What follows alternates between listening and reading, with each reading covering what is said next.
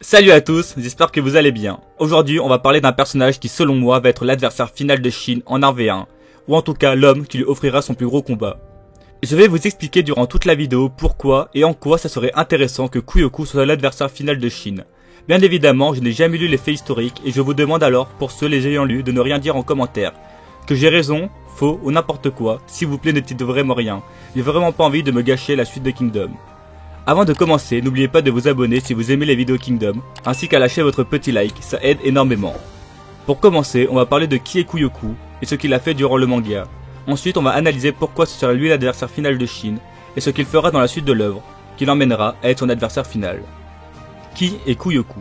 On voit Kuyoku pour la première fois au scan 253. Il est aux côtés de Hakurei, commandant de 1000 hommes, tout comme lui, et du général Rinbun-kun. Ils sont en train de surveiller la frontière de Kin. On peut voir que dès le début, il est quelqu'un d'arrogant, car quand il apprend qu'un certain commandant de 1000 hommes a réussi à tuer Rinko, l'un des 4 rois célestes de Renpa, il dit que ce n'est pas grand chose, car ce ne sont que des vieilles reliques.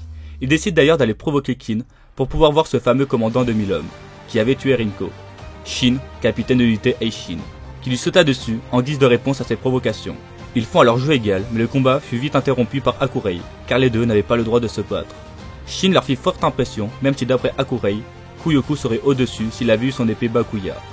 On le revoit ensuite durant la coalition. Il se bat brièvement contre Muten, qui arrive à le parer puis à le blesser légèrement à la gorge, mais ce dernier partit ensuite tuer Hakurei, car trop dangereux pour l'armée de tout. Mais au moment où Muten fut sur le point de l'attaquer, Kuyoku arriva au secours de son ami et mit Muten par terre un court instant. Uon intervint alors et fit jeu égal avec ce dernier. Il sortit alors sa fameuse épée Bakuya, qui est l'une des 5 épées légendaires de Shin. On sait quasiment rien sur son épée, hormis qu'elle a une jumelle qui se nomme Kensho, dont on ne sait rien dessus aussi. Même pas à qui elle pourrait appartenir. Hara n'a encore rien développé autour de ses épées légendaires, et Kuyoku est le seul personnage à en avoir une, mais je pense qu'il n'hésitera pas à mettre ça plus en avant dans la suite de l'œuvre. Bref, même après avoir sorti son épée, il continua de faire jeu égal avec Uon. Lors du 15e jour de la coalition, il est promu temporairement commandant de 5000 hommes par Karin, qui le considère comme le plus prometteur de l'armée de Rinbun-kun. Il réussit d'ailleurs à se battre contre le général Tu et à le tenir. Certes, il est bien moins fort que tout, mais on sait que dans Kingdom, qu'on a le poids de quelqu'un sur ses épaules, on devient plus fort. Et Kuyoku a celui de Rinbun-kun. Il a alors une rage de fou envers tout, ce qui explique comment il a réussi à le tenir aussi longtemps. On ne le revit pas de la coalition. Déjà, on peut se rendre compte qu'hormis les personnages principaux de Kin, on n'a quasiment jamais vu un commandant tenir un général aussi puissant dans le manga. Je pense que Hara, à ce moment-là, voulait vraiment nous montrer à quel point Shu avait aussi dans ses rangs un jeune prometteur, au même niveau que le trio. Car on peut trouver ça facile que Shin tue des généraux aussitôt dans le manga, et voir un Kuyoku tenir tête à tout aussitôt dans le manga équilibre la balance. En moins de 138, il participe à la bataille de Gento durant la rébellion de l'état de Ai. Il est sous le commandement de Karin contre l'armée de Mubu. On n'en sait pas plus sur cette bataille. On le revoit pour de vrai durant la bataille de Junko où il est général de 15 000 hommes. On peut alors voir qu'il a eu la même évolution que le trio de Kin et a été nommé général plus ou moins en même temps qu'eux. Ce qui nous montre encore une fois que Hara essaye de les mettre sur un pied d'égalité. On le voit ensuite échanger quelques coups d'épée avec Tu, mais ce fut très court car Tu décida de l'esquiver tout en lui disant qu'il était né 1000 ans trop tôt. Tu avait compris la stratégie de Go-Umei et n'avait donc pas besoin de se battre contre Kuyoku. Il tenta de le rattraper mais se fit interrompre par Renbyaku. La dernière fois qu'on vit Kuyoku du manga, à l'heure où sort cette vidéo, c'est durant la prise de la 4ème ville du sud de Kin, Gyongpo, en tant que général de 30 000 hommes. D'ailleurs, on peut souligner que quelques chapitres après ça, Shin fut promu général de 30 000 hommes. Personnellement, je vois encore une fois un parallèle. Pourquoi lui en antagoniste final? Déjà, selon moi, Shu sera le dernier état encore debout à la fin du manga. Ça sera lui l'état final à prendre. C'est le plus grand, le plus puissant, et on ne l'a toujours pas vu réellement en action. Ça me paraît assez évident que ce sera lui. Il faudra alors à cet état un grand général légendaire.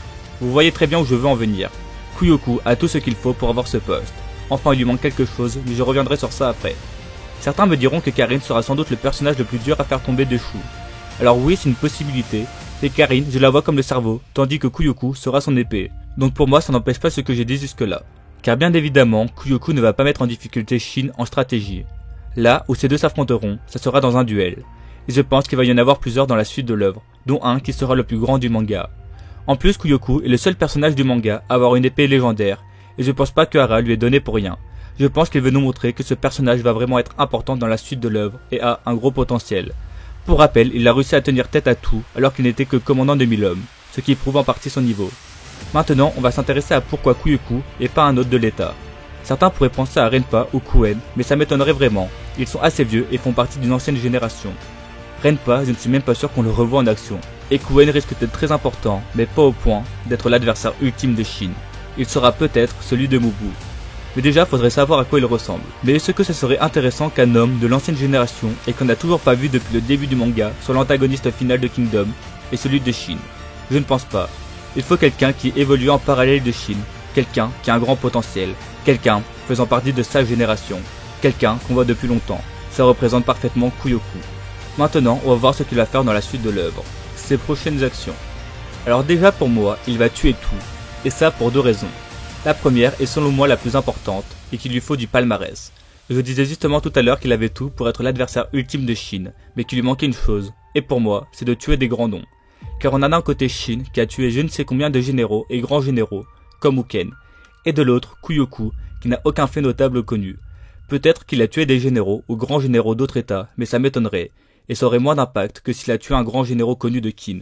C'est pour ça qu'il doit tuer un grand général de Qin. Et du coup je pense forcément à tout, car on voit très bien qu'Ara essaye de les mettre en opposition depuis le début du manga. À 2 reprises on a pu les voir se battre, même si la deuxième fois ce fut court. On sait aussi que Tu a tué Rinmon-kun, son maître, et qu'il veut absolument le venger. Comme Shin a réussi à venger son maître, je pense que Kuyoku va aussi réussir à le venger, et donc tuer Tu. Mais ça arrivera dans longtemps, je pense. Tu pourra leur léguer son armée qui appartenait autrefois au Ki, à Shin, ce qui serait vraiment beau et renforcerait beaucoup la Aishin. Ensuite, pour que Kuyoku soit vraiment l'adversaire final de Shin, il faudrait lui rajouter quelque chose qui ferait en sorte que Shin le déteste, comme il haïssait Uken. Pour cela, il faudrait qu'il tue quelqu'un que Shin adore. S'il tue Tu, je pense que Shin lui en voudra, mais pas assez pour que ce soit marquant. Il faudrait qu'il tue Shukai ou un membre proche de l'unité Aishin, mais ça m'étonnerait fortement. Mais je le verrais bien tuer l'un des deux autres du trio. Pourquoi pas Won, dans un très gros combat, comme ça on pourrait voir à quel point il est fort, et en plus ça donnerait la rage à Shin. Won sera sans doute devenu un grand général d'ici là dans le manga, et aura eu d'autres grands faits notables, ça renforcera alors encore plus le palmarès de Kuyoku. Mais si Won était déjà mort dans le manga, je pense que Kuyoku s'occuperait de Muten, ou en tout cas au moins d'un personnage que Shin affectionne énormément. On reverra sans doute Kuyoku dans des plus ou moins grosses batailles dans la suite de l'œuvre, mais je pense vraiment que ça sera l'un des derniers remparts de l'état de Shu, et son dernier combat contre Shin sera légendaire. J'ai vraiment l'impression que depuis le début du manga, Ara essaye de nous le mettre en place pour qu'il soit l'un des plus grands adversaires de Shin. Il lui manquerait juste un peu de développement pour qu'on puisse plus l'apprécier et s'attacher à lui, car pour l'instant le personnage a l'air assez vide. Mais j'ai confiance en Ara pour nous en faire un grand personnage. D'ailleurs, j'ai parlé toute la vidéo de Kuyoku, mais il ne faut surtout pas oublier son meilleur ami, Hakurei, qui va nous proposer des grandes choses dans la suite de l'œuvre.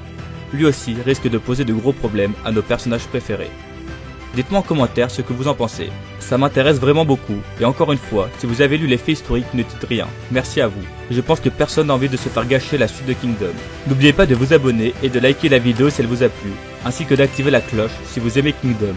Sur ce, bonne journée, et vive Kingdom!